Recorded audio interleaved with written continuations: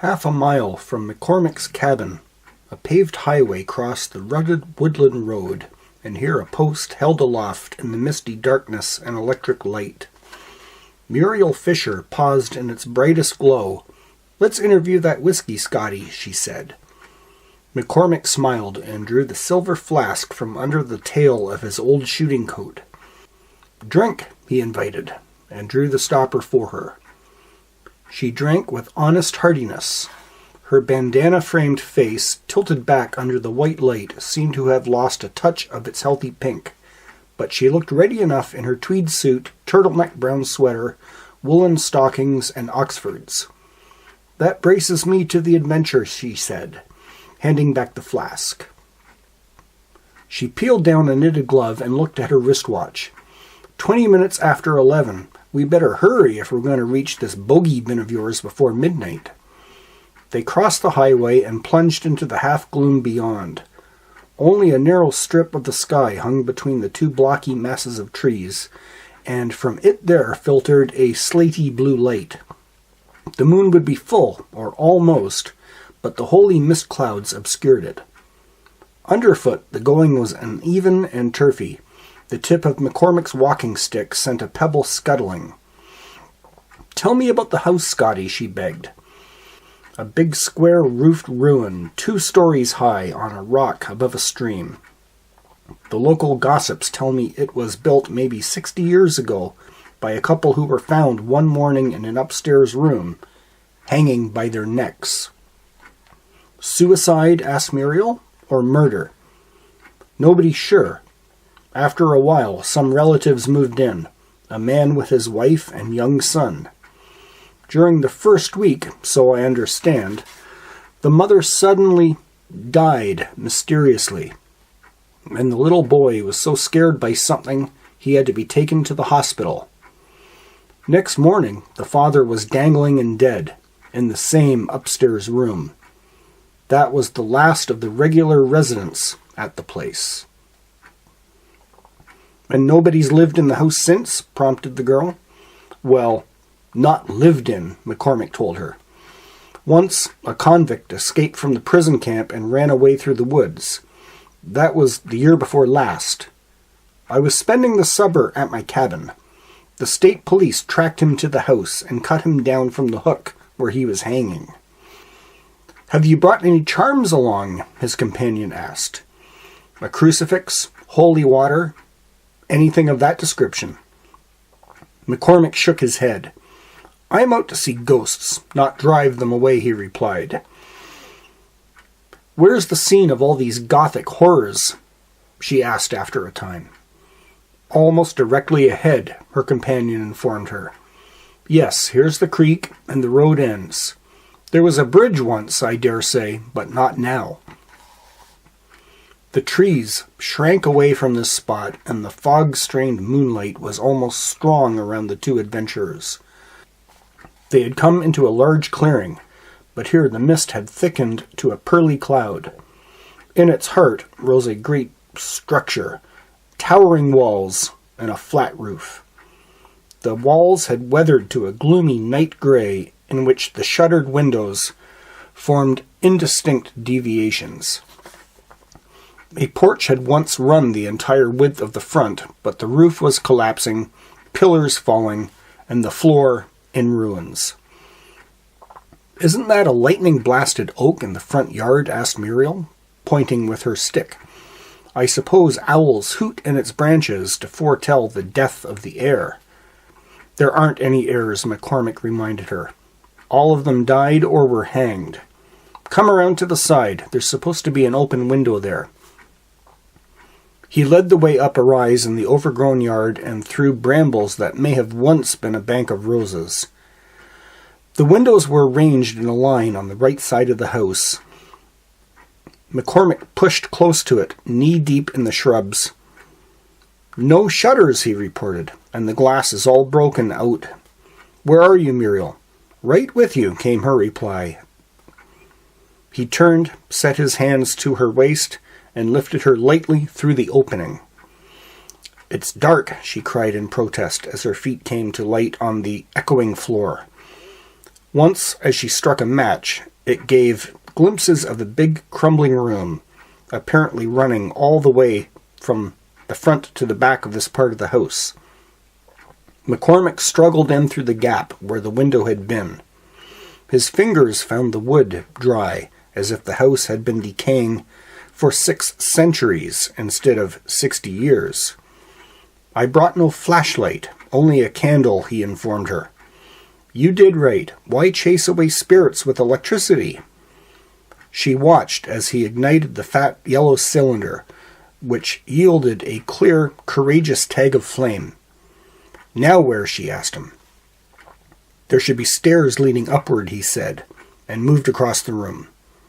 Its boards creaked and buckled under his shoes, and crumbs of plaster falling from the shattered ceiling made harsh, crunching noises.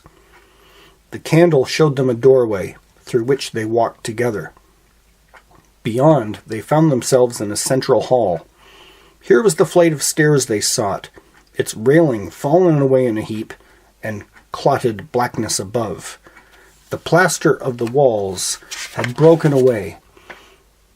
Again, they were aware of the presence of the house, of decay. "Do we go up?" inquired Muriel. Her voice automatically hushed, and McCormick nodded and led the way. His left hand held the candle high. His right clutched his stick tightly, as though ready to strike a blow. He could not have told what he feared to meet. The upper landing was encircled with mouldy-looking doors, 2 of them fallen from their hinges.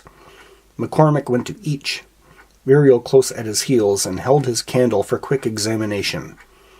He stopped at the right rear chamber just above the window from which they had entered. "Here's our haunted room," he announced. "See the hooks there on the wall at the back?" The hooks he mentioned were set well into the plaster, within inches of the ceiling. Strangely enough, for that house of ruin and rot, they appeared to shine in the candlelight as if new and rustless. Everywhere else clung a strange pall of gloom through the flaked and ragged wallpaper that must have been reasonably light in color. From a big pocket of his coat, he fished out a folding newspaper and spread it out, covering a space against the wall directly beneath the hooks. Now he took back the candle and blew it out, and they sat down in the dark. After a blinded moment, they saw that dim radiance stole into the room. There must have been chinks in the window shutter somewhere, and the moon, now close to its zenith, was fighting its way through the mist so as to peer in. The 2 ghost hunters sat shoulder to shoulder, each silently grateful for the touch of each other. Muriel again peered at the illuminated dial of her watch. "It's only 7 or 8 minutes to midnight," she announced. "Scotty, are you willing to stay?" "Strange as it may seem," returned Cormac, "I'm suddenly quite willing to depart, but I won't. I came here to see ghosts, if there are any, and I don't intend to leave so close to the witching hour." It was not much of a success as careless chatter. Silence fell again and awkwardly. Muriel broke in with a voice no louder than a sigh. "Look!" They both saw, or thought they saw, a stir in the soft shimmer of gauzy light. It might have been streaks of silent rain falling, had the roof been open. Again, it might have been the rhythmic creeping of long spider legs without a tangible body. McCormick felt something fasten tightly upon his arms, and he started violently. But it was Muriel's fingers closing for the comfort on his flesh. Her hand slid down into his own grasp. He too regained something of serenity and strength in being able to reassure her. "Scotty," she was breathing at his ear, "I wonder if there's something the matter with the doorway. Is it closing?" He stared. His eyes had grown more used to the darkness. "Not closing," he replied. "The door's off the hinges, and it leans against the wall. But the opening does look smaller somehow, growing narrower." "And lower," she added. It's only an optical illusion, of course, but I'd bet good money that you'd have to stoop now to get through it. Again the illusion of bandy leg lines stirring in the room, this time very near. McCormick at least fancied that he heard something like a stealthy scramble, and once again he lifted the stick that had never quitted his strong right hand. His left squeezed Muriel's wrist, trying to win back some of the calmness he had transmitted to her. But when he tried to fix his eyes on the spidery movement, it seemed to fade, to retreat. He echoed in his heart the words of his companion. Optical illusion, of course. I would have to stoop too, Muriel was telling him. It looks now like the door to a dollhouse. Again, her chuckle, more hysterical than before. Chin up, McCormick told her. When we get up from here and walk towards it, there will be width and height enough.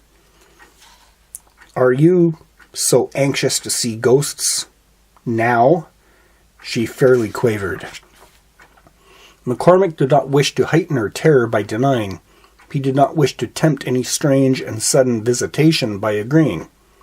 He therefore kept his peace and courted the floor and walls with his straining eyes. Once again, something rustled nearby, stealthy. He leaned hard against the wall and drew up his legs so that his feet would come under him and bring him, if necessary, swiftly erect. Too much imagination, he accused himself. This was undoubtedly the way that physical investigators conducted themselves to experience phenomenon that never really happened. No wonder people had been frightened into hanging themselves on those hooks overhead, but he was too rational a being to be stampeded.